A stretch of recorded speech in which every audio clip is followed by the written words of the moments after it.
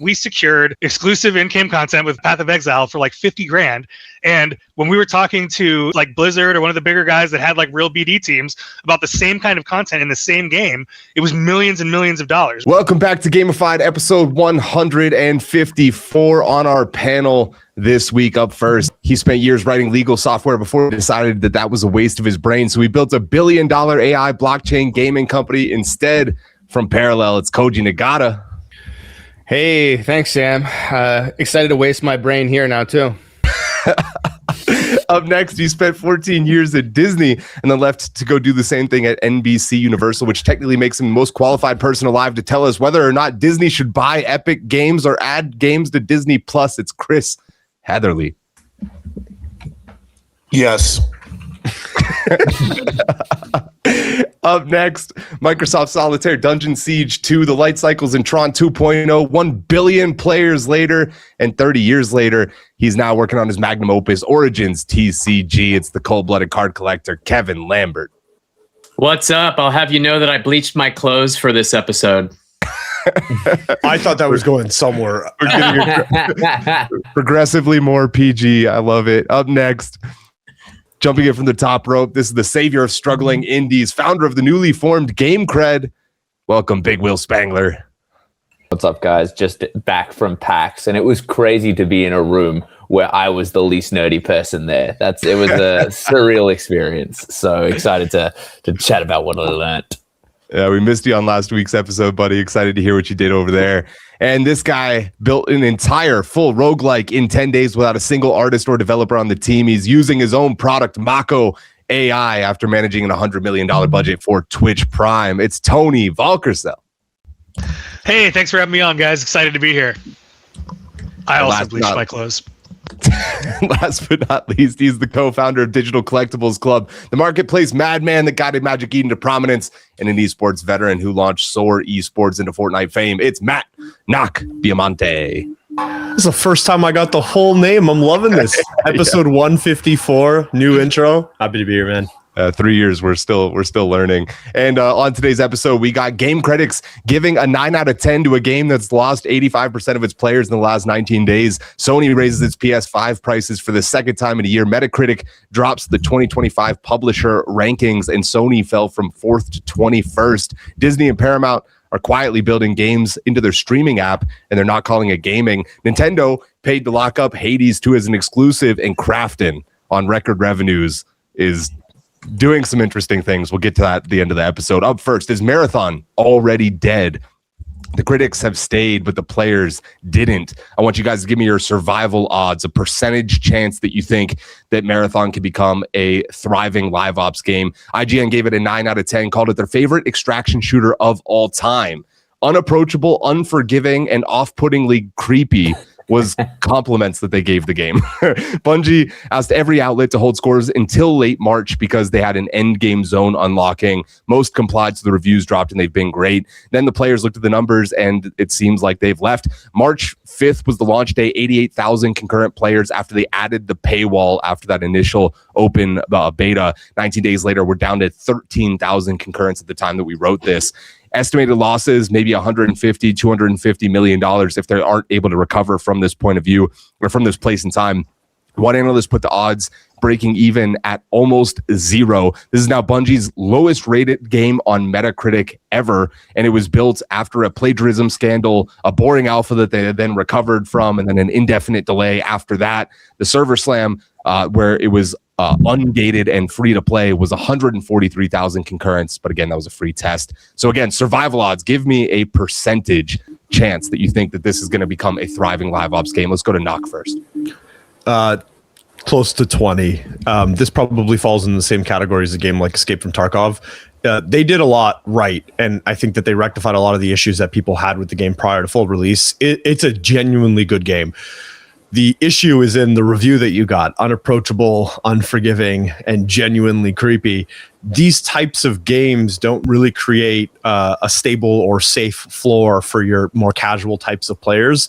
And when you cater this strongly to your upper end professional style players, people who are going to play the game 15, 20 hours a day, it doesn't leave much room for a newcomer to come to the game and have fun, because they're just going to get dumped on by everybody who's playing the game 20 hours a day. So I think it's a good game. It's, if not a great game for what it is.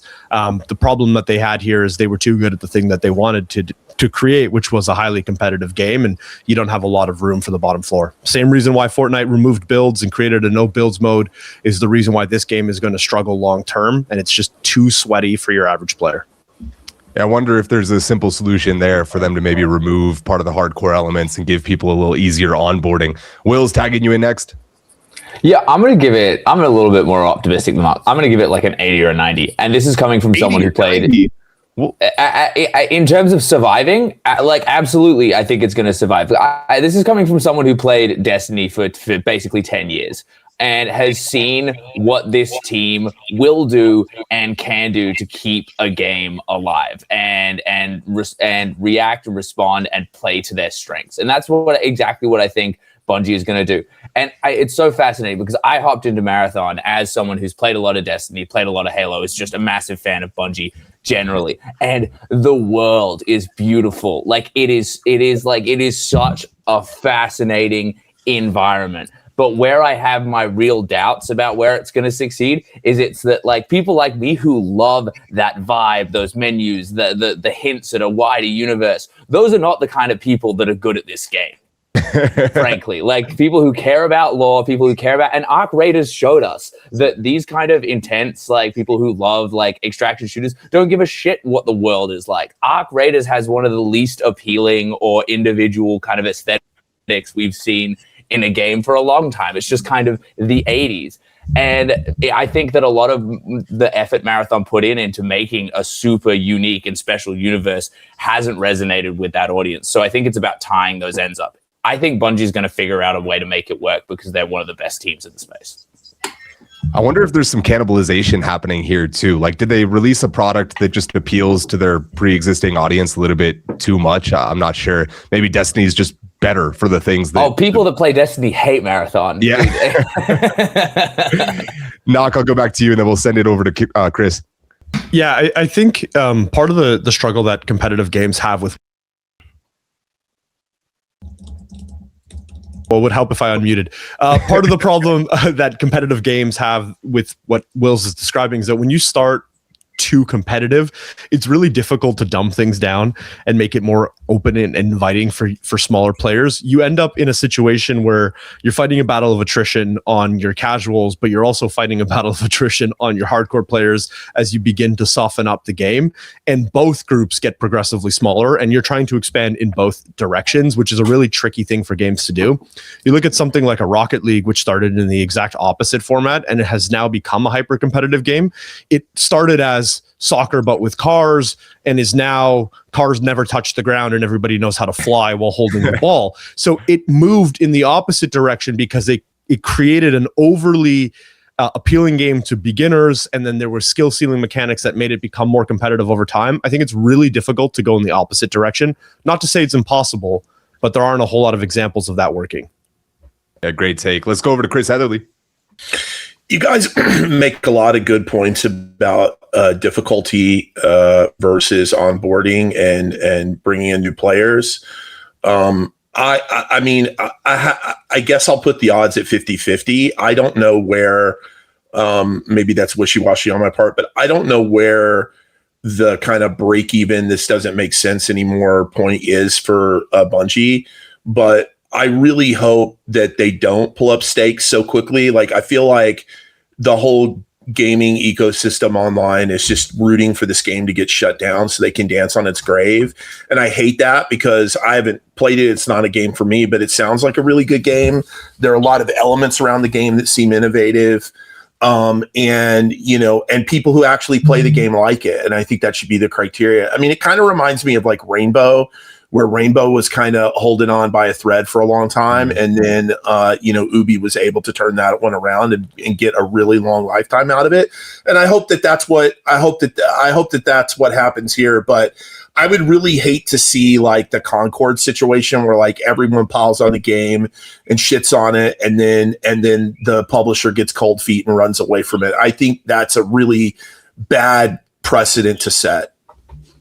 I agree. And one of my biggest problems with the whole high guard situation was it felt like it didn't actually give people the opportunity to give the game a fair shot. Let's go over to Kevin Lambert. What's your survival odds for Marathon? First, I want to say, Wills, don't dunk on the 80s, man. Come on. Some of us, have a soft spot for that. But I would give it 40%. I mean, Marathon might be the best reviewed game that doesn't care about a user funnel, right? Like it feels like Bungie built a game for a very specific kind of pain-seeking persona, right? Like we were just kind of talking about this with an upcoming movie, Mario Galaxy, with like Rotten Tomatoes. Like, do you go by the critic ratings or do you go by the user ratings? Well, everybody knows you go by the user ratings and F the critics. But like, I mean, I think that if critics admire it and players don't, you have a cult game, which isn't necessarily bad. It's just going to be tougher to be a commercial success. So like, are they trying to make an angle for the Dark Souls of this kind of genre? And like, let's build that up. Like they could do it. That's why I give it 40%, because there's a chance that people crave the harder core nature, and the average, more accessible game is boring. And if that's the case, they've got a niche audience that will survive. But I tend to go the other way, that like, man, you need to keep the lights on, you need to be a live service, and it's better to go wider. Like it's so much easier to appeal to hardcore competitors and delight them and tickle their amygdalas than it is to get a wider audience when the game's too hard. So it's a bold move. I hope it works out, but I'm going to give it 40. Tony, give me your survival odds for Marathon, brother. My man Kevin said it's a bold move, Cotton. Let's see how it works for him. I love Kevin that the man who brought us Solitaire is also the man who's like, it's there's a hardcore group out there already. But no, I think that that I would give it like in that like higher than 50%. I think it's better than a coin flip. And the reason for that has nothing to do with the quality of the game, in my opinion. I think Chris had a good point about Concord, because in my opinion, Concord was just like soulless. Everything about it felt lifeless and soulless. And I didn't hear anyone like Wills talking about how interesting it was to be in the environment and beautiful it was to explore what was going on. And so, what I think Bungie built a game for like them. Like I think they all got together and built the thing that they wanted real bad. But I don't know what their financial situation is anymore, but I have to imagine they have a lot of money. And so I think that's what gives them better than a coin flip chances. They have like all of the ingredients you need to continue to be successful in a live service game if they need to cut down on burn and stuff. But like I look at like Warframe as an example, right? That game has been in existence for longer than a decade, keeping the lights on at Digital Extremes, and they don't have a huge player base, right? And so, I see Bungie as being able to do something like that. They probably wouldn't love the output of that as on their studio, but I think that the game would continue to survive and support a reasonably sized studio if that's where they wanted to go with it. And it feels like it is like a love letter to themselves, and so I see them trying to put a bunch of effort into it. Yeah, I'm curious. On that note, we don't see people deciding to invest in starting the development of new extraction shooters anymore. Like this is sort of a relic of the last few years where everybody piled into that genre and poured an insane amount of money into it. So if you're at this point where you say, okay, we have 15,000-ish concurrent users, and we have this live ops schedule and this content that we could make, and we could continue to market this thing around these beats that we have coming up, and we think we will potentially get there over the next year or two. Kohji, is that an investment that you're willing to make? I mean, I would hope that a company like Bungie would be willing to make it, but I don't know. I mean, my number is 25%, only because the track record so far. I mean, we mentioned some games already in this conversation that have come out and have been shut down before some people have even gotten a chance to try it. Like I had a few friends who were like, oh, that game's already gone. And so we're in an era now where if something doesn't work, a lot of companies cut bait immediately. But I think that, I'm going to use movies as an example again. Like sometimes you get like a cult hit, right? something that's critically acclaimed when it comes out. Not a lot of people see it, and then it takes a little while for it to build up steam, and then people are like, oh, actually, you know what, that movie's amazing. And I think that the same thing could happen with games like this. Allow it to find your audience. You know, like I someone mentioned Dark Souls earlier, and I think that like that's a good example, not of the level of difficulty of this game, but something where if you were to put this out in any normal scenario in any normal studio, some exec would be like, this game's too hard, don't do it. People aren't going to want to play it. And now it's like in its entire own genre of game, you know? And so I think that like the fact that a game like this is being reviewed so well and people are having fun.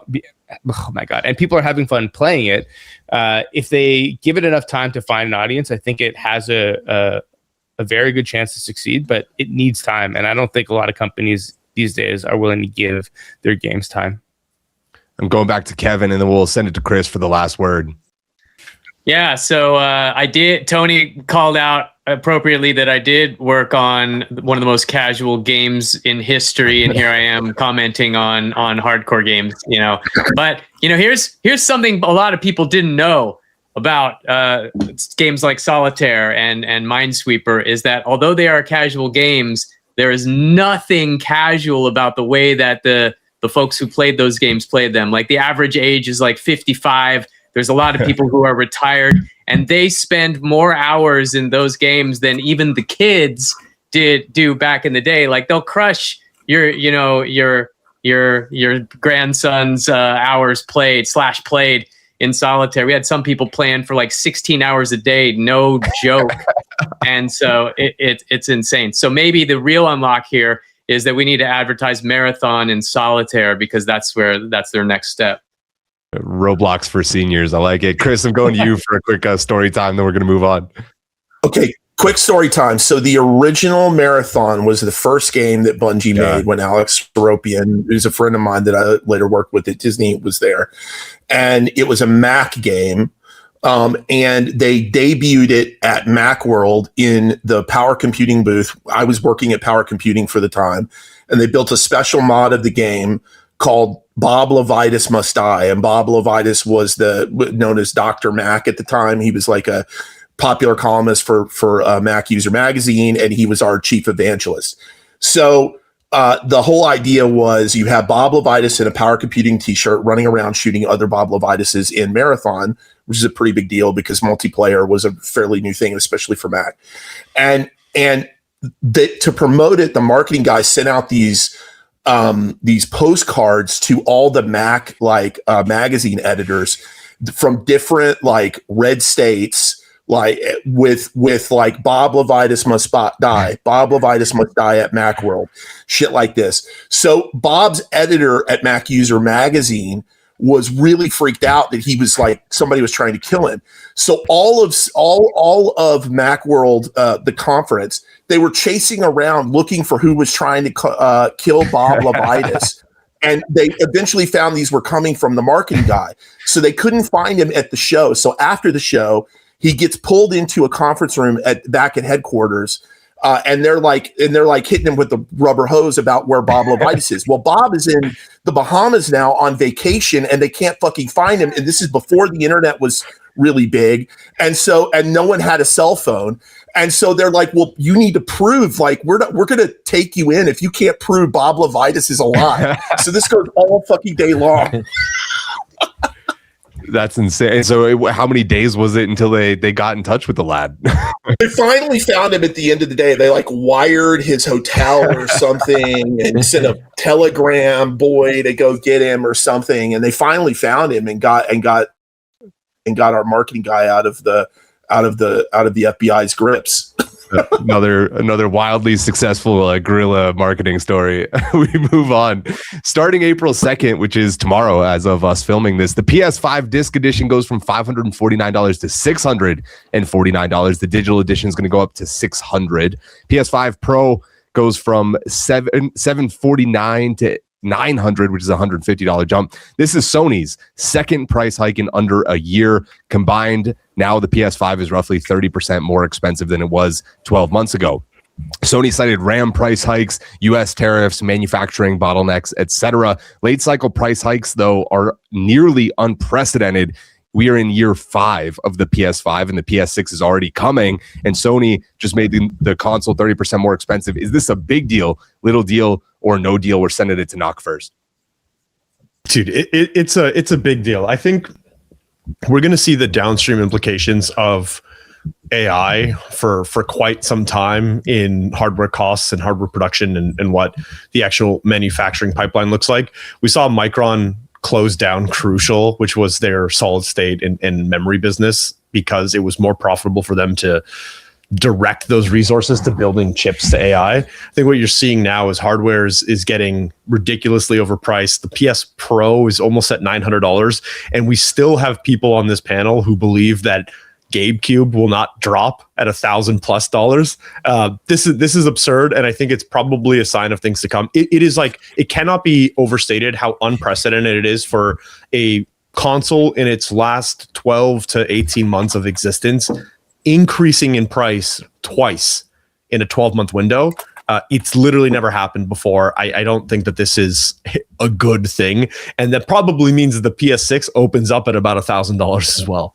Yeah, I don't think there's ever been a price hike of a console this old ever, except for maybe like, I don't know, GameStop trying to price gouge on some like N64 forever ago. Kohji, I saw you thrashing in the little cam there. Go ahead.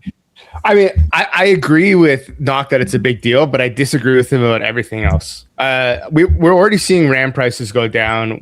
They're like making breakthroughs day by day in AI algos to actually reduce the amount of memory needed. So like that sort of bullshit is like, right now it's just it's a marketing thing to allow them to charge you more for this nonsense, right? And it's like, it's the same mindset as the people who are like, oh, I can't believe this kid's movie is bad, I still want to go see it. Like, it's so small brained, because what it is, okay, is they know that GTA is coming out, and they know that they have a new console, and so they're gearing people up to be like, well, this is the new norm now. It's like when COVID happened and all of these prices went through the roof because they're like, oh, supply chain, people aren't at work, all this blah blah blah blah blah.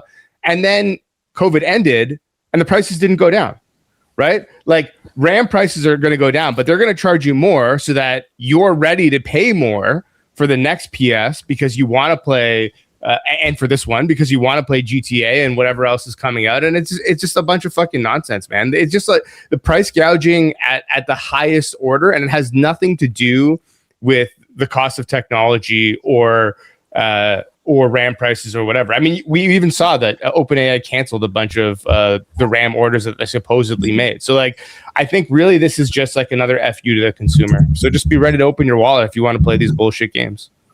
Doc wants to fight about it. Back to you then, to Kevin.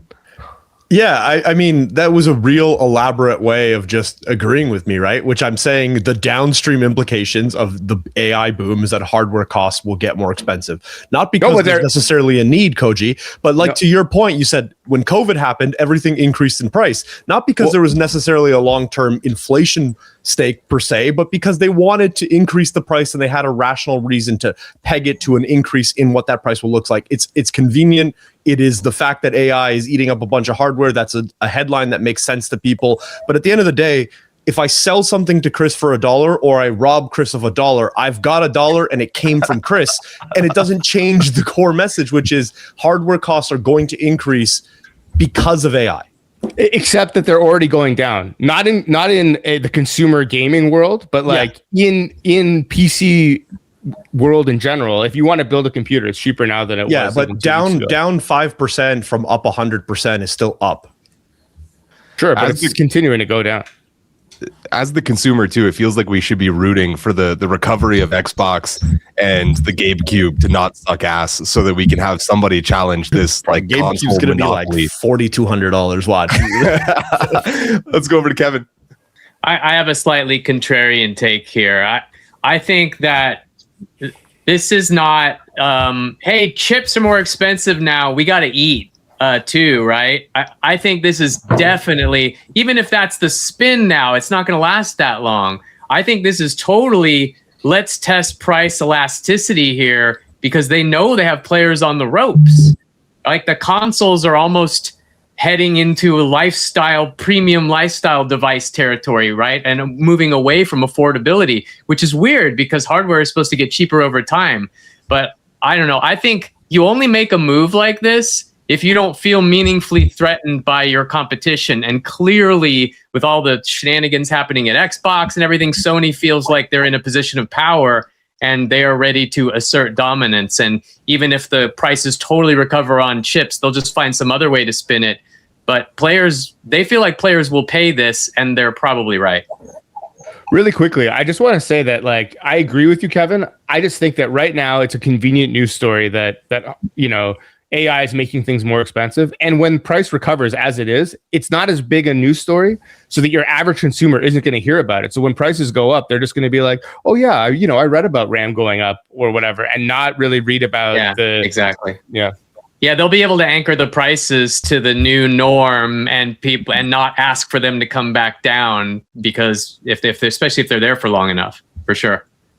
Yeah, and then we'll just have the GameCube and the Xbox be like, "Oh, great, that's the new anchor. Ours is priced there too." You guys, going to Chris and then to Tony. Big deal, little deal, no deal. These price hikes. Big deal. I don't think that prices are going to go down. I think memory is going to continue to be constrained, and maybe there's some relief here. But if you look at some of the memory market data, I think there's reason to believe it's going to go back up. And I think that just semiconductor capacity in general is constrained. So I can't imagine that any of these new consoles are going to be less than $1,000. Like, I just think I don't see any evidence of that. I just think that it's part of an overall trend of hardware being more expensive while AI scales. Tony, over to you. Big deal. Yeah, I do. I also happen to think I think it's a big deal. I think it's a big deal, and I think Kohji's right. So it's weird because I think Kohji's just being contrarian about it not being a big deal, but all the stuff he's saying makes it's like if he was like running around with a grenade with the pin pulled, and he's like, "It's not a big deal. It's not a big deal." I'm just like, just stop thinking it's a big deal, Tony. It's my grenade. I think that prices are going to continue to go up across the board. We're going to see them all over the place, and I think it's a function of not just the advances in AI technology, but also like the geopolitical state right now, right? Like, there's just a lot of shit happening in the world that is causing things to cost more money for any number of reasons, and I don't think that's going to go away. And I think that as that continues to happen, like, all of the things that we're talking about are going to come into play. Like the vampires that run these giant conglomerates aren't going to be like, oh, there's blood in the water. It's time to spread joy, right? Like all of these things are going to happen at once, right? Like, Sam Altman is going to continue to launch products like Sora into the sun, right? And spend billions of dollars in compute and drive computing up through the roof for months at a time because someone was able to make a video of, Dorothy battling Little Mermaid while riding Triton. Right, like that, and that's the only time they ever used Sora, was to make that one video that then that went viral and no one paid for it. So now they're shutting it down. That's going to continue to happen, and so I think everything's going to continue to get more expensive, and that's the big deal. Whether or not like this specific Sony PlayStation console is a big deal, I think it's just a piece of a bigger story around like how much things cost, and as Kevin put it, which I think is absolutely right, the growing gap between the normal person and the person who can afford to be on a podcast with a $500 microphone and $200 headset and have these conversations, right? I think that when Chris was shipping things like Madden, and even when I was shipping things like Madden 10 years ago, the demographic of people that were playing video games on console was dramatically different than it is now. That's going to continue to be the case, and I think that's just like bad for the world.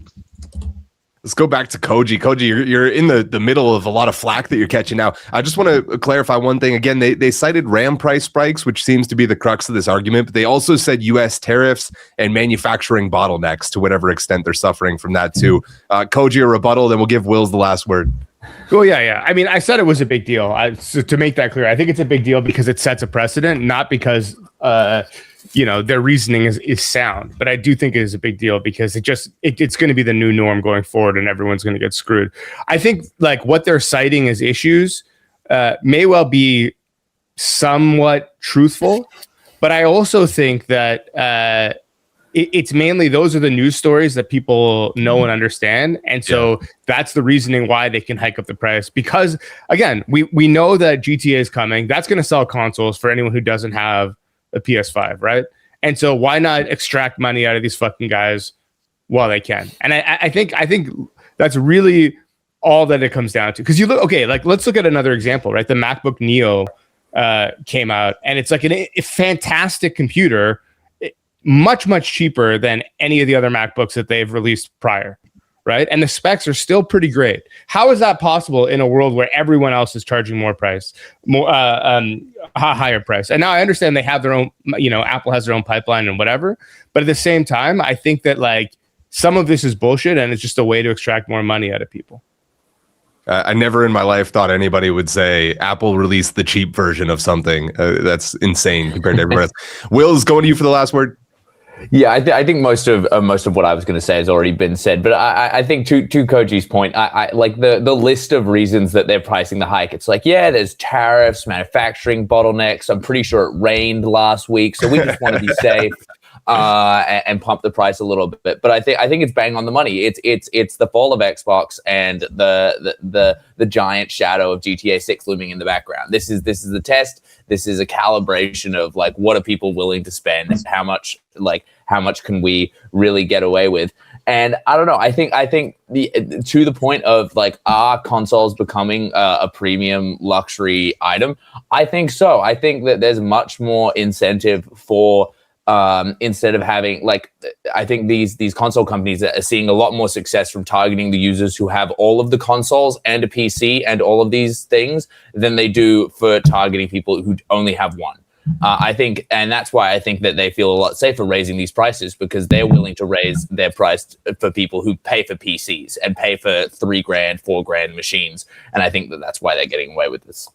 But what it means is that consoles are becoming a luxury product for Westerners, for affluent Westerners, right? And that's why the console business is in trouble. And then to offset that, they want to sell games on Steam, or they want to sell them on rival consoles, and then people get pissed because there's nothing exclusive, and it undercuts it's just part of the like circle of devaluation of the console business, right? The kind of death spiral it's in. I don't know if I like the idea. I had the same observation, Chris, that it's becoming a luxury statement, and I don't know if I like that direction personally. What do you guys think? Yeah, I was going to ask, with it being a death spiral, I'm kind of surprised to hear from Chris. Where do you guys see this in 5 or 10 years in a sentence or two? Chris, over to you first. Well, I think I think one console will probably win, or it'll be something like the Steam machine. I don't think that multiple consoles are really viable. And I think a lot more is moving to the cloud or like web-based platforms. I mean, look at Roblox. Roblox is one of the top games on, like, if you look at the top games that are played every single month on console, Minecraft, Fortnite, and Roblox are always in there. You don't need a console to play those fucking games. So more and more of it moves to PC, more and more of it moves to other devices, the phone, other things. And I just don't know that you need a standalone device anymore. I think it's kind of a legacy of the 90s, Kevin, what say you? Fast forward 10 years, what do consoles exist as now? I have a slightly different take than Chris. My gut is exactly what Chris said. You don't need multiple consoles. Just let everybody focus on getting the games to you, and you consume it wherever you want. That makes sense. But then you've got companies like Nintendo that are like, screw the box that just sits there and you plug a controller or you don't, and you play it on your TV or whatever. Like, they're like, no. You got to take it with you. You got to flip up the second screen. They've actually created some of the more innovative hardware products. And I do feel like there's going to be space for that in the future. I don't think we're just going to go away to a box that just sits there. Yeah, the ability to mobilize it makes a lot of sense. Let's go to Kohji. Yeah, I mean, I'm feverishly spamming the chat. I think game streaming is going to be a thing. I know we've tried so many times and failed, but it's going to happen, right? In the same way that like you used to need a TV or something to watch your favorite show, and now everyone's got these little things in their pocket, and then they're watching them there, or they're watching them on their iPad or on an airplane or whatever. Like the hardware in which you consume the media has become, it can be whatever you want it to be, and I think gaming is going to go that same way. Like especially with the algorithms that they're coming up with for compression now that apply to AI. You don't think they're going to apply those things for other for other services, especially online services, and it's going to make those things better. Of course, game streaming is going to be a thing, and I don't know if it's going to be Netflix that comes out with the Netflix of gaming, but something like that's going to happen, and then you just play whatever game you want on whatever device you have, and you pay these guys a monthly fee, and that monthly fee is just going to keep going up month after month after month until we're all poor. I see Gnoc laughing. I think we're both thinking of the same word, which is Stadia.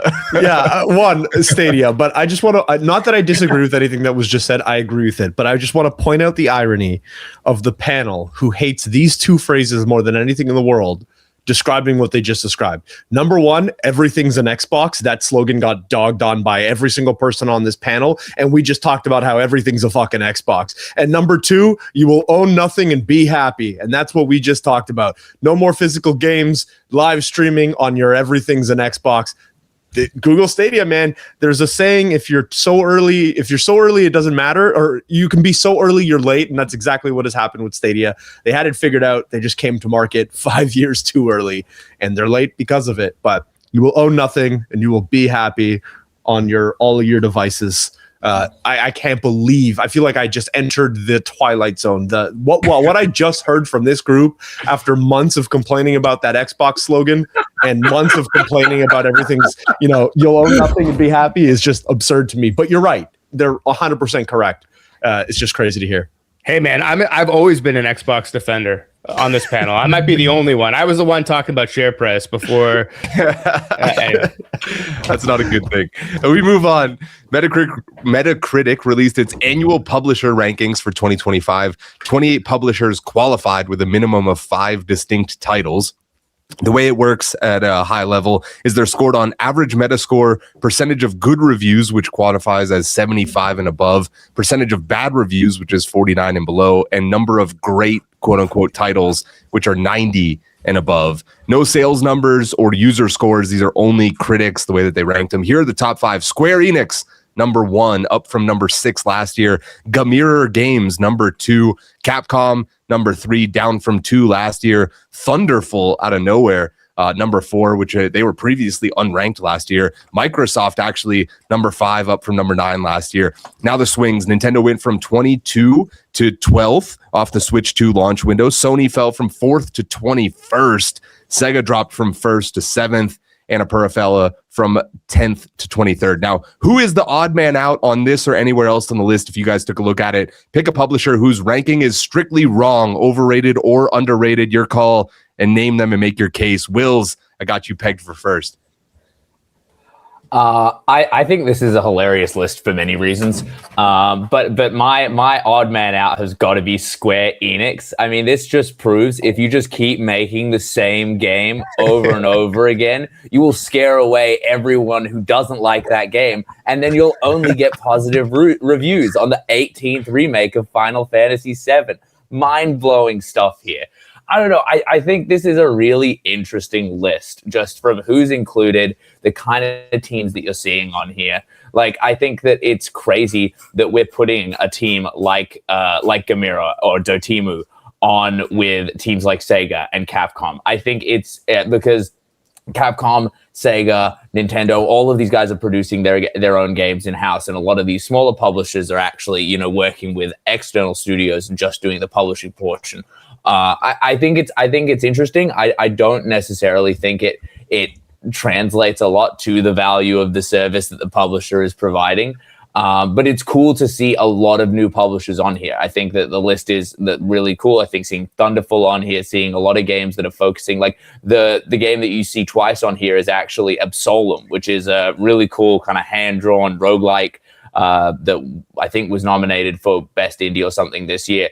Like seeing more games like that be able to succeed and receive really high rankings and work with high quality publishers is really exciting. And I think those smaller publishers have had a lot more success here than they have in previous years.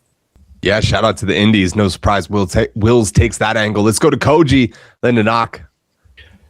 It's crazy, and not everyone's gone yet, but it's crazy that the first name out of your mouth, Wills, wasn't Sega. Like, how can it not be Sega? When was the last time you or anyone you know played a Sega game? How the fuck are they on this list?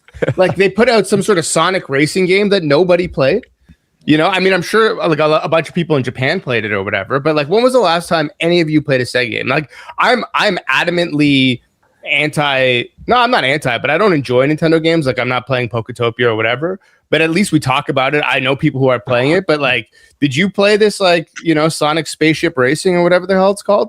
How is Sega still on this list? It's crazy to me.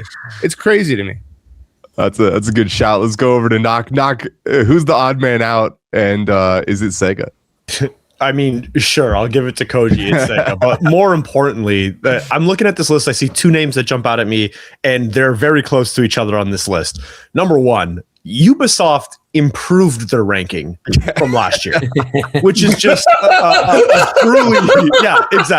a truly fucking insane thing, considering they only met the qualification of 5 games because they released Assassin's Creed on both PlayStation, and then 12 months later they released it on Switch 2, and that counted as 2 releases in 2025. Because otherwise, it's Assassin's Creed Shadows, then it's Assassin's Creed Shadows again, then it's Just Dance 2026, and then it's Anno 117, which was actually a pretty good game. I did enjoy it. But the fact that they moved up in the ranking on that list is absurd. They're definitely out of place.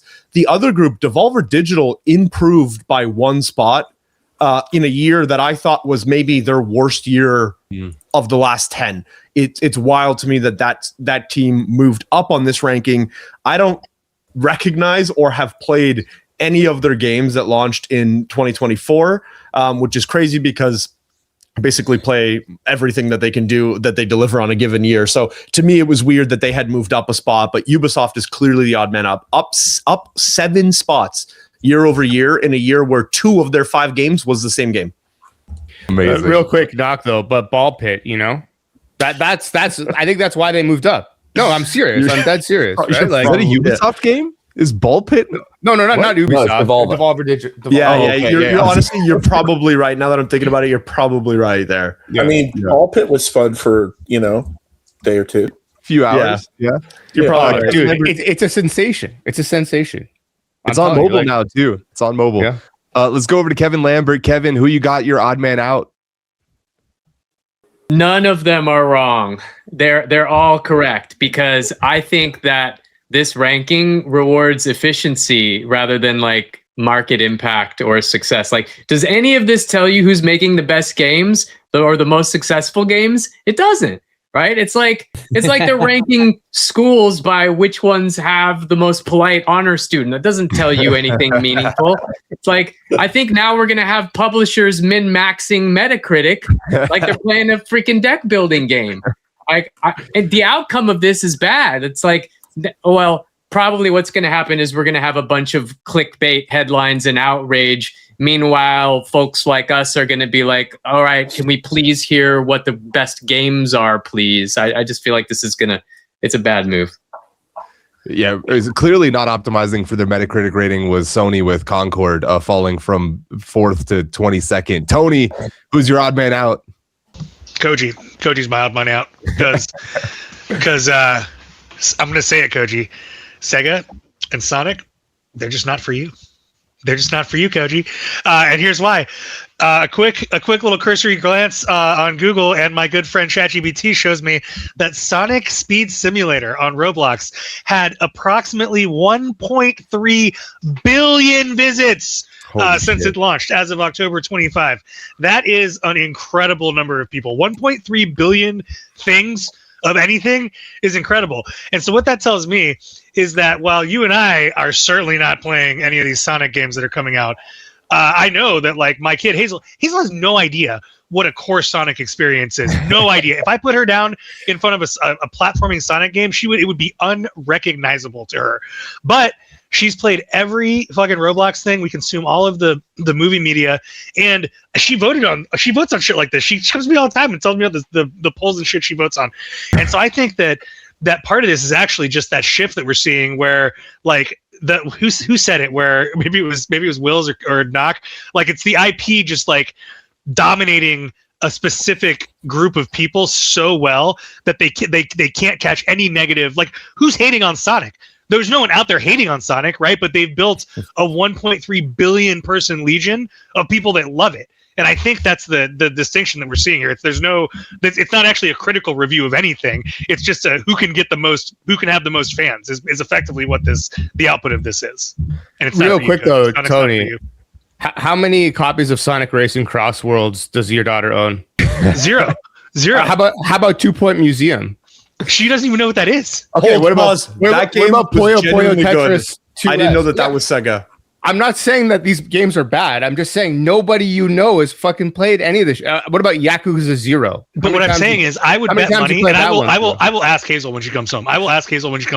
But I will bet money she has voted on something related to one of those games. Like I would bet money that she has been surfing around somewhere and seen maybe in Sonic Speed Racer or Roblox press this button so you can go vote for Sonic to be the coolest Sonic ever, and she's gone and voted on one of those games that you just mentioned without ever even knowing what it is. Classic American uninformed voter. True. I did love that take that you referenced from Will's, Tony, where it's like, if you just keep making the same thing long enough, the people that it doesn't apply to just don't even play it. So you can't get bad reviews from them anymore. Like, they just ignore it. Like, I don't rank Madden 26 anymore because I stopped playing it 9 years ago. Let's go over to Chris Heatherley. How do you make a list that doesn't have Embark or I forget the name of the publisher that did Expedition 33 on it? Like, you're going to tell me like the threshold, Chris, five minimum games. Yeah. Well, okay, but that's the dumbest. I mean, that's kind of arbitrary, right? If you're telling me that this is like a quality award, like those games, I think everyone would agree are the two, like Kepler. Thank you. Those games are the two quality winners of last year. Like, I look at this list and I'm kind of like, does anyone belong on this list other than Nintendo and maybe EA for Split Fiction? And I know Capcom had some games last year that people were excited about, but like, I don't get it. Like, it just feels like a list that's completely lacking credibility. Yeah. And it's why no one trusts game journalists anymore. Yeah. I've been calling for a Metacritic publication for reviewers for years, where we can review the reviewers and how good their reviews are. Amazing. My personal takeaway from this was Thunderful being top 4 was really interesting. And to Will's point, I think that really shows where the most interesting games are being made now. And I think we're going to see more and more innovation coming out of indies, and that was a cool sign. But with that being said, certainly a flawed parameter that they put on this. We move on. Streaming giants are building Playable TV. Maybe, according to our very own Chris Heatherley on LinkedIn. Netflix games launched in 2021, but almost nobody played them. At peak, roughly 1% of subscribers ever touched Netflix games. Eventually, they restructured the whole initiative. The question is whether Disney's version or Paramount's version might be different enough to succeed. One thing is that Chris called out, they're not calling it games. They're calling it Playable TV or social TV, something along those lines. The pitch is that Hollywood streaming services have a re-engagement problem. And here's the number that matters. Half of all time spent on the New York Times app, we have to go a little bit away from visual media, but New York Times is now gameplay. Half of all time spent on the New York Times app is gameplay. Game players also spend twice as much time than the average person in the app than those that only read. And this rumor is coming off the back of Disney being also rumored to purchase Epic. So maybe they're just trying to get into games in general a lot more. Well, the person who also ran Disney Interactive for 14 years is at the table. So let's start by asking him, bullish or bullshit on this, Chris? I'm bullish on it. I think that there's an underrepresentation of really casual games, and some of that's happening in hyper casual and casual. But even the casual genre on mobile has kind of been reduced down to puzzle games. So there's a lot of casual games that just don't get made or don't get distributed or don't make sense on Steam. And it's leading to a resurgence in party games and like games you can play with your friends, kind of like couch co-op kind of stuff. These services all need, like I said in the post, all need retention. And they've got lots of subscribers, but they're looking for reasons to justify why you're spending so much a month, especially because they keep raising the price. So, I think that it's a good move, and it's bullish for the games industry because, look, I mean, there's a lot of developers that are going to have nothing to do if something like this doesn't exist, and it just makes sense to put playables inside of some of these streaming apps and provide more depth to those consumers. And you think about something like Disney Solitaire that's been so fucking massive as a free-to-play game, like it's very easy to understand how well put together Disney casual games could be additive to a service like Disney Plus. Tony told me he was licking his chops on this one, so I'm going to send it to him. Bullish or bullshit on Disney and Paramount integrating games after Netflix clearly didn't have a great time with it, and they're still not. Bullish AF. I think you can't be bullish on game streaming and believe that this isn't another huge opportunity. I think it's one of those things that's just been way early. And honestly, I think it's still early. Like I think there's too many people with money still grew up using mice and keyboards and controllers and not touching things to do everything. I think that there's, there needs to be probably like the kids that are like 10 or maybe like 12 or 13 now need to have real buying power before these mediums really start becoming financially viable. But that's why these companies with infinite money glitches should be, trying to pioneer and building and go skating where the puck's going to be and all that stuff. So I'm bullish on it. I think that they're going to figure it out. And I think that part of figuring it out is doing what, making that Carmen Sandiego game that 8 people played. But I'm really bullish on Zoom Zoom on my monitor. I know that my 80-year-old mother-in-law would play it all day. For those of you who don't know, Zoom Zoom is a little matching game that Disney launched a few years ago where you match the characters in little chibi form, and then they do things when you match them, and it's really exciting. Yeah. Too easy, man. Too easy. Gnoc, go to you. Bullish or bullshit? Bullshit. Phil, I want you to chop this, what I'm about to say, up. I'm going to get you to send this to each of us via email in 10 years' time. Just set a dead man switch on this. In 10 years from now, Disney is going to announce the Disney console to make Disney games more powerful. These guys love to reinvent shit that already fucking exists. And you've seen it now with everything that has happened in the streaming world. Netflix, original proposition, everything that you could watch in one place for one low fee. Netflix today, pay fucking $25 a month for ads and nothing that you want on it is on the fucking site anymore. They've reinvented cable TV with extra steps. They're going to do the same thing here with gaming. You know what Playable TV is called? A fucking Xbox or a Switch or a console. The entire beginning of this conversation.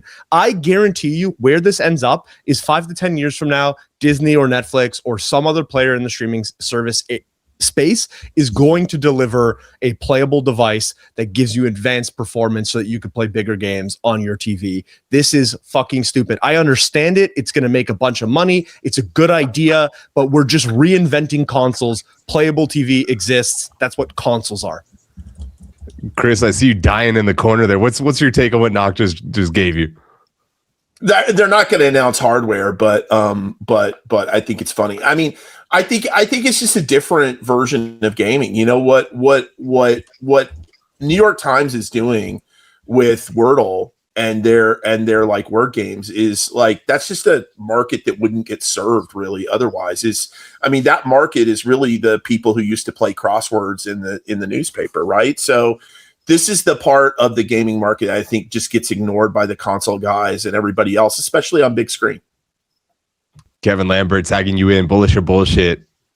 This feels like a textbook example of a roadmap obsessed move, right? It's not, hey, what would our customers love? It's, we have this great plan. How do we get customers to love it? Games on Netflix didn't fly, but hey, what if we call it Playable TV? See what we did there? Like, the whole business goal here feels like, please just don't cancel this before we hit season 2. And I don't know. I actually still have had and have high hopes for gaming on TV. And I've always thought it was a design and a UX problem. Like I made this tweet a long time ago because they made this. Do you guys remember the Stranger Things little Metroidvania app that they launched on iPhone? That was a pretty good game. Can you imagine at the end of a Netflix episode if it just had a little play game button and you hit that and you play this little game experience as a kicker to what you just watched? You know, to Gnoc's point, maybe that UX needs to live on the Xbox when you're on your Netflix app, and deep link into the game. But I think there are experiences that pair super well with TV shows, and you can get that one more chip feeling out of them if you do it right. So bullish overall. There was also a Tomb Raider Netflix game that didn't suck. It was a roguelike, and I found myself going back to it a few different times. But I think to Chris's point, if you're willing to pay whatever amount they had to pay in order to get to billions of dollars on this hyper casual match game, it's not a stretch to be like, well, I'll just keep the $15 a month subscription because my favorite game is also on there. I think if they find one or two, which they probably already have in their library, and adapt it to your TV, and that's the mode by which you play it, it tracks that would be a thing that adds a lot of value to their service that they're trying to get people to last until season 2. Let's go over to Kohji and to Wills. I mean, I agree with everyone for the most part. I think that I'm bullish on it, mainly because we talk a lot on this panel about how, you know, games aren't just in competition with other games. It's just like entertainment in general. Like, we are basically asking people to waste time with us, and that time that they have to waste is finite. And so if you've already got people roped in somewhere, being able to utilize that to show off games and do all this other stuff makes a lot of sense. And I know that people point at things like Stadia or Netflix or whatever, and they're like, hey, this didn't work. That doesn't mean it will never work. It just means it didn't work for them, right? The only thing I'll say is that the only thing I rub up against is the idea that Kevin just mentioned, where it's just like, I just watch an episode of a show. Now let me just launch into a game about this show. I think that for a lot of people, when they sit down to entertain themselves, they've already decided what kind of mindset they're in. And if they're watching TV, it's probably much more of a passive mindset, especially if they're watching TV on a streaming service. It's like, maybe I'm folding my laundry or doing this or doing that. And they don't necessarily want to connect right into a game. But it does make sense that, like, you know, like you mentioned, Sam, that if your favorite game is also on the service, let me keep it. Like, as an example, you know, do I watch a lot of stuff on Prime Video? No, I don't. I have Prime so that I can like pay less on shipping things from, like, you know, bullshit for my daughter or whatever. But if I find out that something I want is on Prime Video, I'm like, oh, I already have that. I'll watch that. Yep. You know, so I think that makes a lot of sense. But I don't know how well the two necessarily overlap or go hand in hand. Gnoc, you wanted to build on that? Yeah, just really quickly. I think what they should be doing, if the goal is retention here, is basically what the One Piece cast and crew is already doing. One Piece live action has been wildly successful for a variety of reasons. It's beloved IP, but more importantly than that, it's because the cast genuinely love the characters that they're playing, and they've done a bunch of auxiliary content, including an interview with Oda, the original writer of One Piece, and Iñaki, who's playing Luffy on the live action show on Netflix. Give me a scrollable screen of like 30 to 50 pieces of content with the cast, some behind the scenes look of what's going on. And I guarantee you, if you create a TikTok like feed that is based on the content that you're pushing as Netflix exclusives, you're going to increase your session time. You're going to have people who want that type of content because it's not available anywhere else. And to Koji's point, it's more in line with their passive viewership than actively playing a game. To me, gaming feels forced. I think that there's natural things that you could implement that make a ton of sense. And you're seeing it now play out in real time with One Piece. People love anything that Emily Rudd has to say about the show or Iñaki talks about. It's being eaten up. Put that in a form factor that makes sense for me to watch the show and then watch some content about the people that I just watched on the screen. I think that the people would eat that up. Yeah, we also saw Black Mirror try a few like interactive things that I don't know the numbers on, but it didn't seem like it culturally mattered really at all compared to just releasing another season. Wills, over to you for the last word. Bullish or bullshit? We got Disney and Paramount both adapting playable games on TV. Yeah, I don't know. I think everything's kind of already been said. I think it's bullshit. I think that I don't really understand kind of I think that this is it's a retention play. It's to drive up the value of the ad space that they're selling. I don't think that there's anything super innovative with that. And to your point, I think that it's this whole idea of like, oh, what if we just let people do everything on the platform? Or what if we let people define the story? Wouldn't that be such a cool? It's like, no, people want you to write the story for them so that they can watch it on the TV. That's the whole point of the goddamn ad. And I think that kind of leaning more towards that more passive content, as Gnoc was saying, I think is the way to go. I think this is an advertising play. This is, an inevitable effect of the enslothification of sort of everything that's going on in kind of viewing media at the moment and streaming. So I'm not surprised, but I don't think it's a big deal. The last thing that I was surprised nobody said, I mean, Disney must have at least a 5 or 10x better chance at making this work than Paramount, right? Like, Paramount is fucking cooked. Can you imagine them trying to make a Star Trek game for Paramount Plus that anybody wants to play for more than the 2 seconds that it takes for them to hey, look they at had those South Park games. Those were good. Yeah. They were good. That's actually true. It was turn-based. It could kind of almost work on a TV. You could probably simplify that and make it work.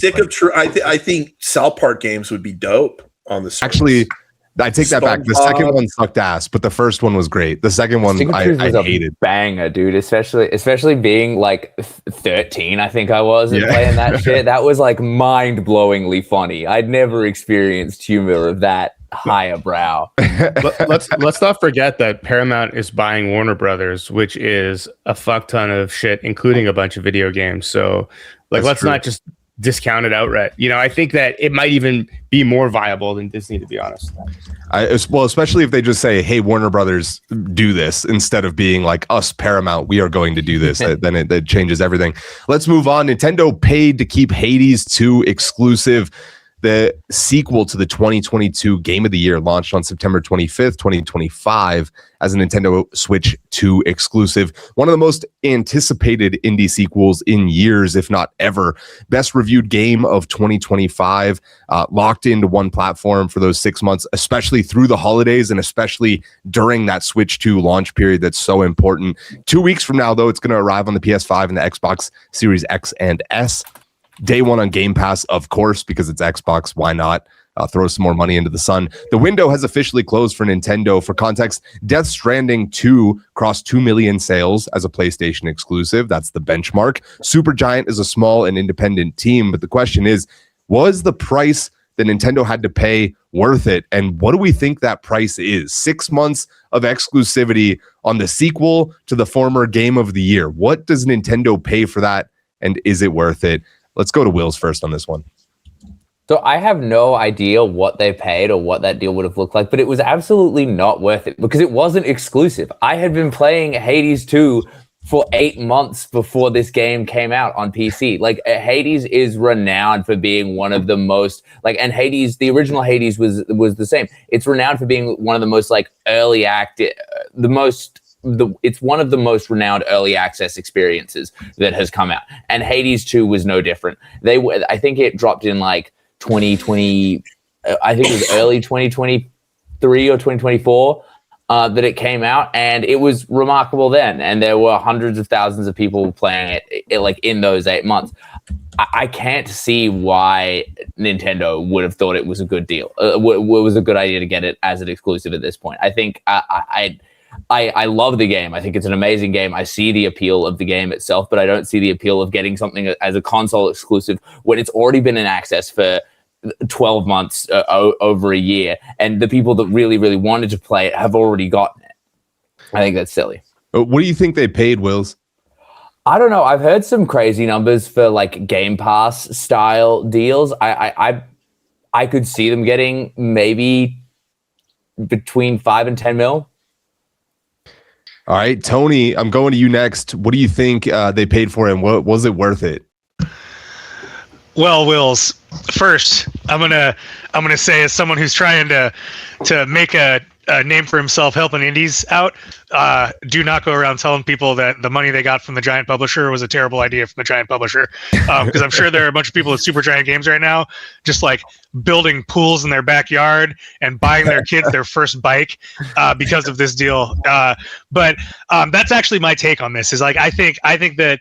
It's a great. These kind of deals are great things for small developers. I'm friends with this guy Richard, who's, I'm sure he'd be fine with me using his name. He's the guy that runs Windwalk Games. They created multiplayer Hades. It's called Sworn, and the way he's described the Xbox Game Pass deal, even like months after launch as a PC game, what you just described, Will, Sworn came out on the PC first, said it was an incredibly financially advantageous thing for him to do, to make that decision to go Xbox first instead of Nintendo first.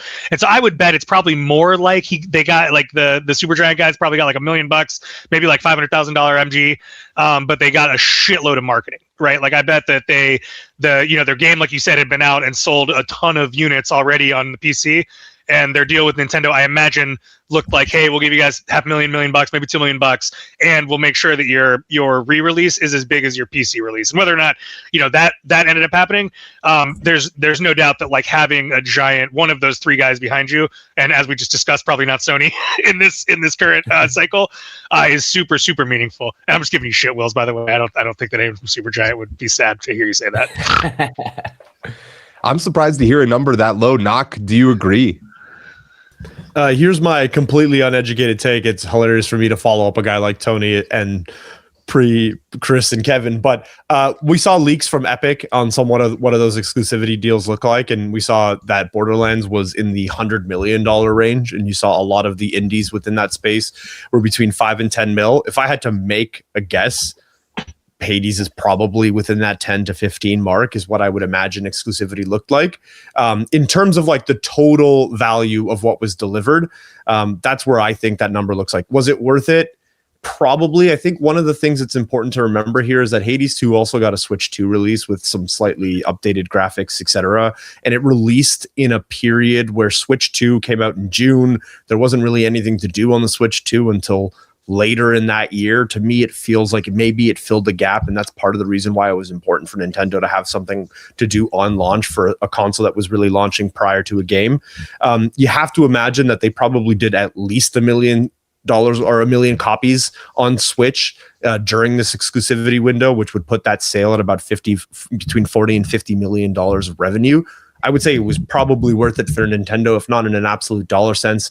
From a content availability sense, it was probably the right move for them. But yeah, I would love to hear more about what the other guys think. Yeah, I mean, this was one of the only things you could buy on Switch 2. Like this was a premium placement, which I guess to the points before this, yes, that means that they actually got more marketing out of it, so it's advantageous. But at the same time, like the leverage to be like, dude, this is the sequel to the game of the year, and you've got nothing in your own publishing house ready to be launched along with the system. Like, you need us more than we need you. Kevin, what's your take? My take is that they probably paid between 12 and 15 million for this. Like, the only thing I have to compare it to is it wasn't Borderlands money, which, in the Epic versus Apple kerfuffle, they disclosed the cost for that, and it was something like 20 million non-recoupable payment, and it was like 85 million minimum guarantee. Like, those numbers were really big, and I don't think it's that big. But having one of the coolest games of the year native to your platform during the holiday season, I think that's the money. I think that's the play. Like, the brand value that they bought there is not the few months of sales. It's actually the psychology of what that does to the players during that time, which is, it makes the owners feel smart for getting the platform that it's on, and makes people who don't have it feel some FOMO for not having the console, right? And it's good validation to fight like purchase regret for the people who bought it, on the Switch. What's interesting is that after the exclusive period, it goes to Game Pass, right? And that feels even more like, well, it's not the sales they bought, it's the hype. And that's pretty cool leftovers for Game Pass, I have to say, as far as work goes next. Chris Heatherley, going to you. What do you think they paid, and was it worth it for Nintendo? So I just looked up what was the budget, and the rumors are that it goes from 15 million to over 20. So my guess is somewhere between 50 and 20, something like that. My guess is they paid basically the production cost of the game. And so the logic is like, hey, we're going to break even just on this Nintendo deal, and then everything we do on Steam and any other deals is, gravy, basically, is profit. I mean, what's interesting though is that the biggest competitor to the Switch is the Steam Deck, right? And it just shows you how not worried about the Steam Deck Nintendo is.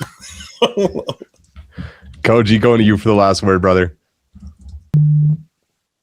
Yeah, I don't think it's necessary. Like I can't really comment on what they paid. I wouldn't even wager a guess, to be honest. But I think that like one important point, and it piggybacks off of what Kevin said, is that it's the type of game it is and the play experience that they want, right? And by that I mean it's the kind of game where you can sit down in front of a TV and marathon this thing forever.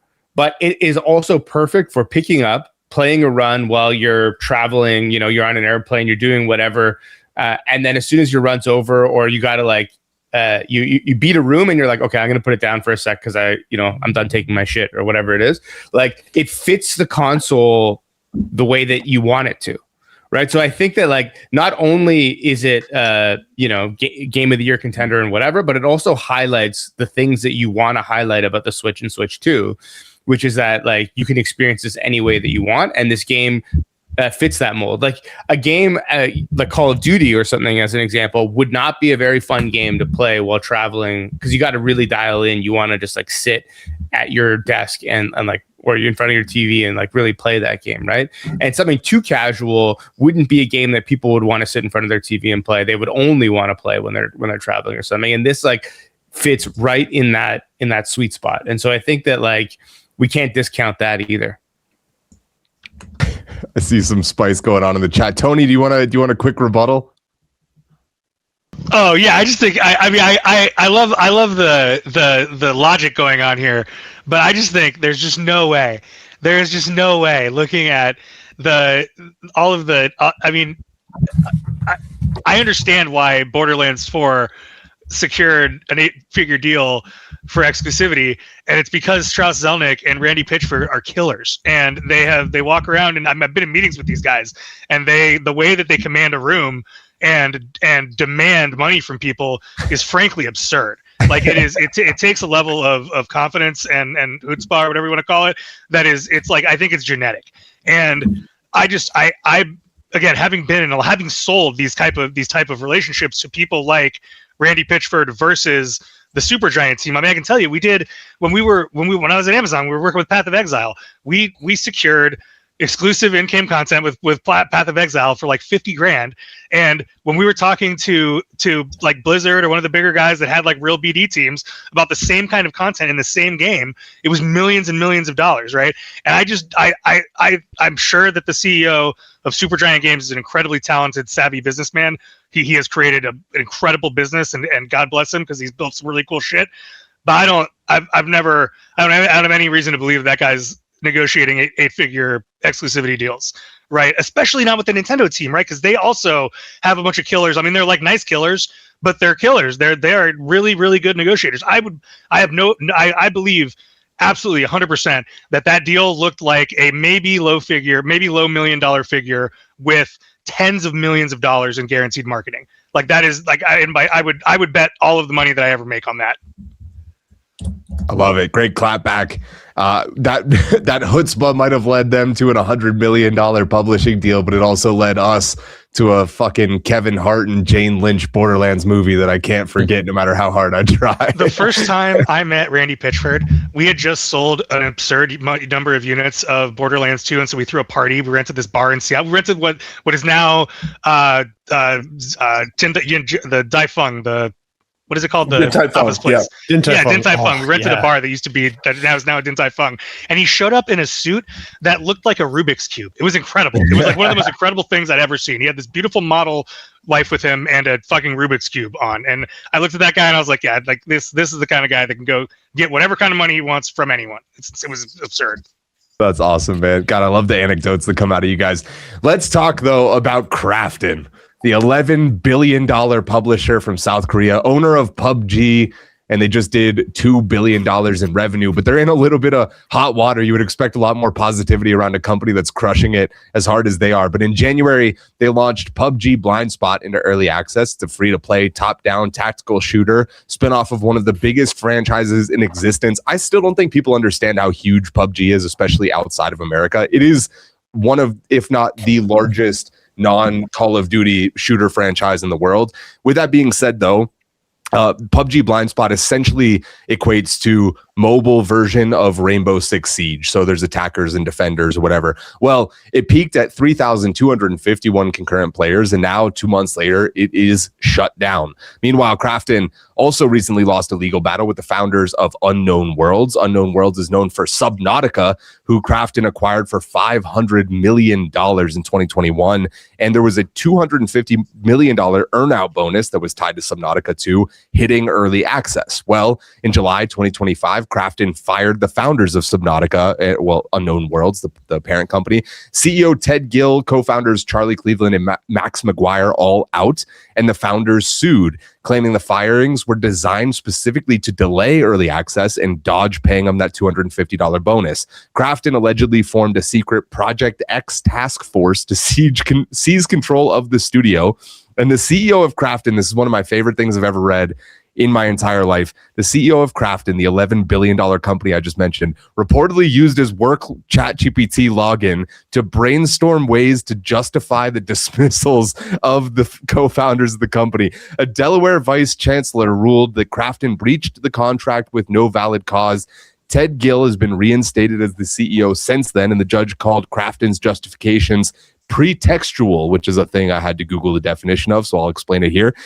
Signifies the contrived excuse used to hide in actual intentions, commonly used in legal context regarding employment discrimination or unjustified police actions. So through all of it, PUBG is still carrying the flag, still worth $11 billion. What's the word for the run that Krafton is on right now? Because I can't think of one. Let's go to Gnoc. It's a dash and it's K-hole, which seems to be a popular thing with founders of major companies in the tech space over the course of the last couple of years, as in he was absolutely in one. This is absurd to me. And it actually kind of pisses me off a little bit here because the Subnautica team delivered an incredible game with Subnautica 1. They had a less than stellar, feedback on the second version of what that game was, which was maybe like an offshoot. I can't remember what it was called. I think it was Subnautica Sub-Zero or something of that nature that didn't perform as well as Subnautica did. And it, by all accounts, including the account of the judge that presided over this case, it seems like Krafton got cold feet on releasing of this game and wanted to back out of the additional $250 million bonus. So the acquisition was for up to $500 million. This $250 rounds that out, and it was tied to the release of Subnautica 2. By all accounts, the game was ready to go live. Krafton delayed it.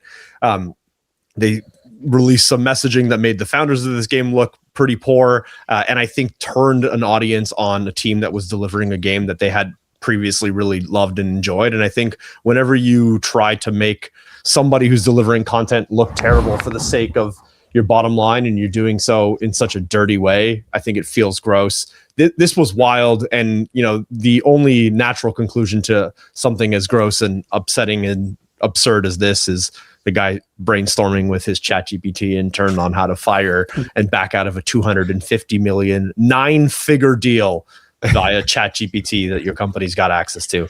It's fucking So insanity. good. That's so good. Tony, over to you. What's the word for Krafton's run? Incompetence, right? And it's a real simple word, but there's a couple of things going on here. One, I don't know. I've said this a couple of times, but like the brain trust around, as someone who's raising right now, by the way. I deeply respect all the people I'm about to talk about. The way that these people make decisions about where they put money is just, it's absolutely absurd, right? They're like, oh, we're less likely to take a chance on a small scrappy studio that's like bootstrapped and not burning money and has a cool idea that we think they can execute on. Subnautica, before they had a bunch of money and zero investment, I'm sure was pitching shit all over the place and was getting all kinds of feedback like no one's gonna play your stupid diver game. And then the thing comes out, and instead of being reasonable and being like, hey, why don't we buy this thing for like less than $250 million because it's a fucking diving game that we weren't sold on the first time, they spend $1 bazillion on the diving game that was popular, not thinking that like maybe everyone's not going to buy the second one that's about the diving, right? And so I have like little sympathy in my heart for the vampires that like are trying to slink around, and I'm sure that deal was great for the Subnautica team, up until it wasn't, and then they won again. But like, yeah, I think that the only word for all of this is incompetence, right? Like, you shouldn't have made that deal. That was a stupid deal. And you said you should then have gone and asked your robot how to not talk to your dad about the stupid deal that you made and get out of it, right? Like that's like and I don't know who, how these things get to where they are. I do have a lot of sympathy for investors who have to come in and remove bad actors from running an entertainment organization into the ground.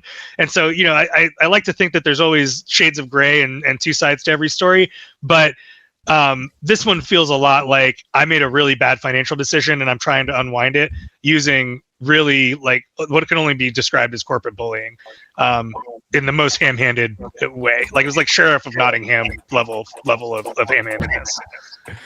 As much as I am not huge fans of the way that Krafton has proceeded, I will say we're watching footage of the PUBG spin-off game as we discuss this topic, and man, it looks fucking boring. Kevin, two things can be true at the same time, but that actually goes back to my point. Like maybe don't put all the money into this thing that is like a copy of another thing made by the people who didn't make the thing they're copying, right? Like, that's just like I remember once I asked one of these guys, I forget who it was, it might have been one of the no one's ever gonna invest me, but I think it was one of the fucking Griffin guys, and we were out and I asked him, I was like, why don't you like hire someone like, and I was like, I'm be a little arrogant here, but like me, or like I pointed at Calvin at the time who was with us, and I was like us, and just like hire us to go like live at these studios for a month and be a jerk, and I'll tell you in a month whether or not these people are worth your $100 million, like guaranteed.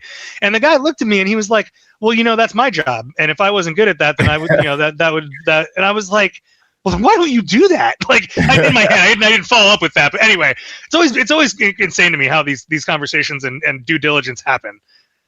Yeah, that's a great point. We made that pitch many times with the Wolves DAO too. People would ask us our opinion, and I was like, why don't you pay us to actually go like really audit them instead of just asking my one-off opinion and making huge financial decisions off the back of that? That seems like an insane thing to do. Kevin, I'm going to you, then we'll tag Gnoc back in. The word is big business. Like, isn't this the picture of a modern publisher in its purest form? They're like financially successful, they're questionable diligence, ruthless from the business side, and like a radioactive reputation. Like, I want to know how they caught the ChatGPT thing. Like, did they subpoena the records and they're like, we literally have the chat where he asked about it here. I don't know if we know that, but so I can't imagine there's going to be much dissent from the panel on this. So I want to say something about the early access keeper kill model that they use there. Like, I think those models are excellent from the business perspective and brutal for players, because most of the time it's less like, what do you think of our game and how can we improve it? And it's more like, dance for me or I'm going to shoot the dog. And it's really bad, And even when it works really well, like Supercell has a history of using it really well. They go into worldwide open beta and the games are polished and they're awesome. And they're like, we're going to try it for a while, and then they kill some that don't quite make it. But even when that happens, the players are devastated. Like, they killed Clash Mini recently in another game, and players hate that. So I don't know, man. I have a love-hate relationship with the keeper kill early access plan that these guys used for this. Yeah, it's a good point, especially whenever we've seen so many games improve dramatically outside of or after, you get the feedback from early access. Gnoc, you had a quick word, and then we'll go over to Chris. Yeah, I just, as we're talking about the absurdity of this, I just want to bring in two pieces of information that sort of broke. One, his legal teams told him that even if he fired the founders of Unknown Worlds, that they would have to pay out this $250 million bonus. He then went to ChatGPT to see if ChatGPT disagreed with him. It did not at first. And as ChatGPT operates, he continued to speak to it until he got the answer that he wanted to hear. That's a great idea. You should fire him. His early advice from his counsel was, don't do this. You would still have to pay them, and it makes more sense for them to be building the thing if we're beholden to this money regardless once the game launches. So incompetence, I think, scratches the surface on the decision-making chain there. Yeah, no, that's a great point. Chris, what's the word for Krafton's wild month, dude? It's not one word, but I guess the word would be scumbags. But this is this dog that caught the car kind of behavior, right? It's like you had this massive success, and then you don't know what to do. So then you go out and buy a submarine game for too much money, and then you regret it and try to screw the guy the studio that made it on their earn out, and then you launch another game using your marquee brand that is like not that great, and just kind of label slapping, and it just seems like all over the fucking plot. Like, it's just like, never take these guys' money, don't work with them. They it just sounds like a whole bag of hurt to avoid. Frankly, I've talked to those guys previously about investing in things, and I'm kind of glad that I haven't. I mean, I'm just glad that that he didn't GPT, how do I get rid of a body? That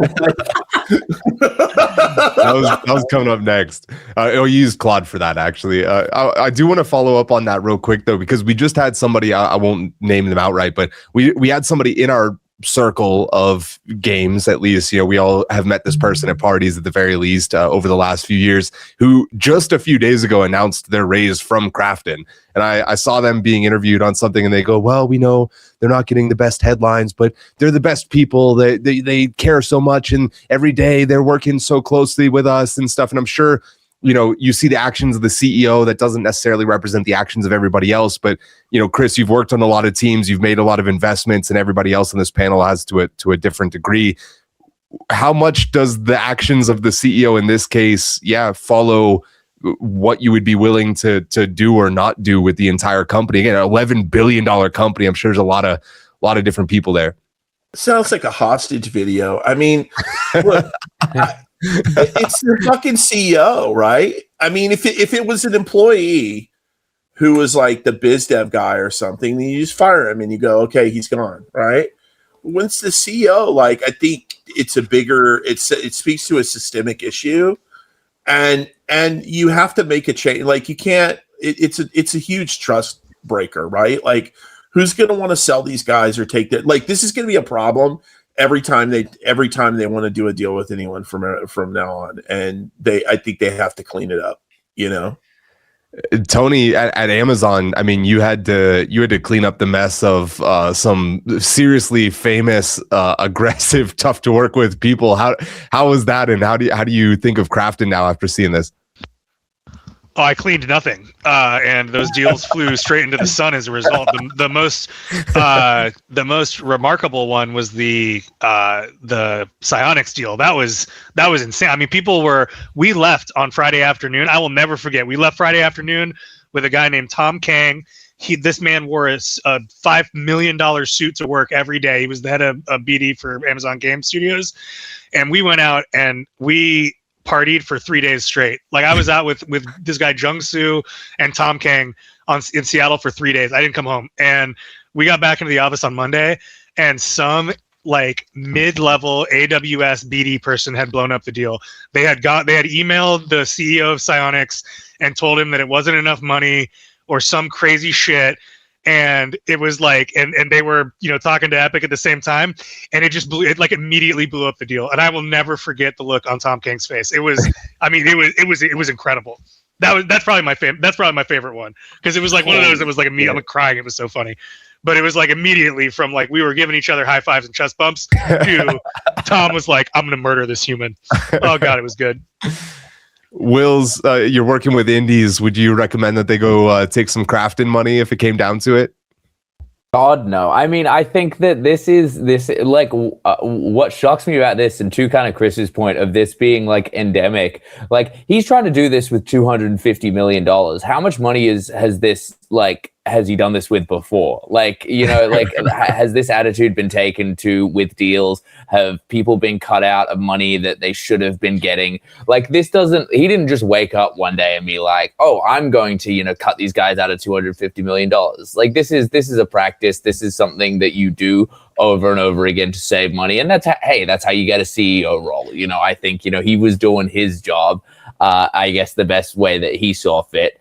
But I don't know. I think it's very depressing, and I think that a lot of indie devs, in the conversations that I've been having with people at GDC, at PAX, people don't like publishers. Publishers, like even Devolver, has started to get a pretty bad rap from the fundraising perspective because of their deal terms. Like it's the amount, the size of the pie that publishers are trying to take these days is much larger than it used to be. There's this whole idea that, oh, a publisher's going to, take on the risk for you. And that is kind of evaporating right now. They're only going to be doing things that they are sure are certain successes.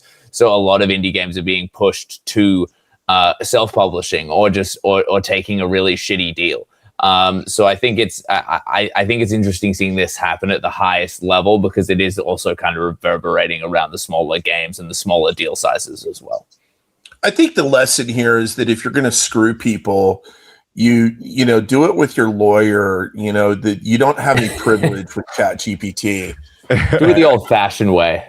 Yeah, or at least whenever you know it's going to come out first, Chris. Fucking settle, dude. They had how many opportunities did they have to settle? They were like, nah, we're fine. Don't worry about it. With that being said, let's move on to the MVP voting. It's been an awesome episode. Kohji had to jump for a call, so we'll reprieve him for today. Chris Heatherley, I'm sending it over to you first. Who's your MVP of the day, brother? I'm gonna do Tony. He had some good takes and some good stories. And I'm friends with Tom King, so I was able to visualize the look on Tom's face. So Tony, who you got? I'm gonna give it to my boy Wills. The mustache and the takes are always amazing. Yeah. Wills, who you voting for, bud? I'm throwing it right back at Tony. So good to have him back. Gnoc, what about you, bud? I feel like a tiebreaker here. I love it. I could also just give it to either Kevin or Chris and screw everybody up as well. But no, I'm going to give it to Tony. I enjoyed the story times today, and he had some great takes and called me an idiot, which is always a good thing. Kevin, who you got? I won't screw it up, and I'm going to throw it over to Chris. I love story time, and having folks in the panel who can tell those stories are great. I liked yours today, Chris. Well, thank you. It is incredible. I do want to give an honorable mention, though. Kevin, you crushed it today, man. You brought some energy. You had some spicy takes. I love to see it. Let's send it over to Tony, though, for 60 seconds of FaceTime. Great to have you back on the panel, bud. Oh, thanks for having me back, buddy. I love being here. You guys are great. I'll take a chance to shout out Makko.ai. Come make video games with no game or art experience. We're focused largely on 2D games right now. So if you want to make a little platformer or visual novel, or I'm working on a little roguelike adventure like Slay the Spire, come check it out. You can build anything. And I love these guys. Yeah, Makko with 2Ks and the 2D Slay the Spire-esque game you're working on looks sick, dude. I really want to play it. Send me an early build. I'm pretty excited about it. I'm doing Slay the Spire, but instead of fighting enemies, you're fighting the environment, and you have to like salvage stuff and sell the shit that you're salvaging to pay off your debt. And if you don't pay off your debt in X amount of runs, you die. So it's like a reverse mechanic, as opposed to like trying to fight through bosses. You're trying to get enough shit until so the ships don't kill you. You should make the end game boss the CEO of Krafton. You're just like trying to He's pay your just debt. flying the ship into the sun, and you have to get him off the. This might be a mini game. That's gonna do it for episode 154. Big shout out to all of our panelists: Chris, Tony, Gnoc, Kevin, Wills. You'll see clips everywhere. We're posting everywhere. Big shout out. Love you guys. We'll see you same time, same place next week. Talk to you guys soon.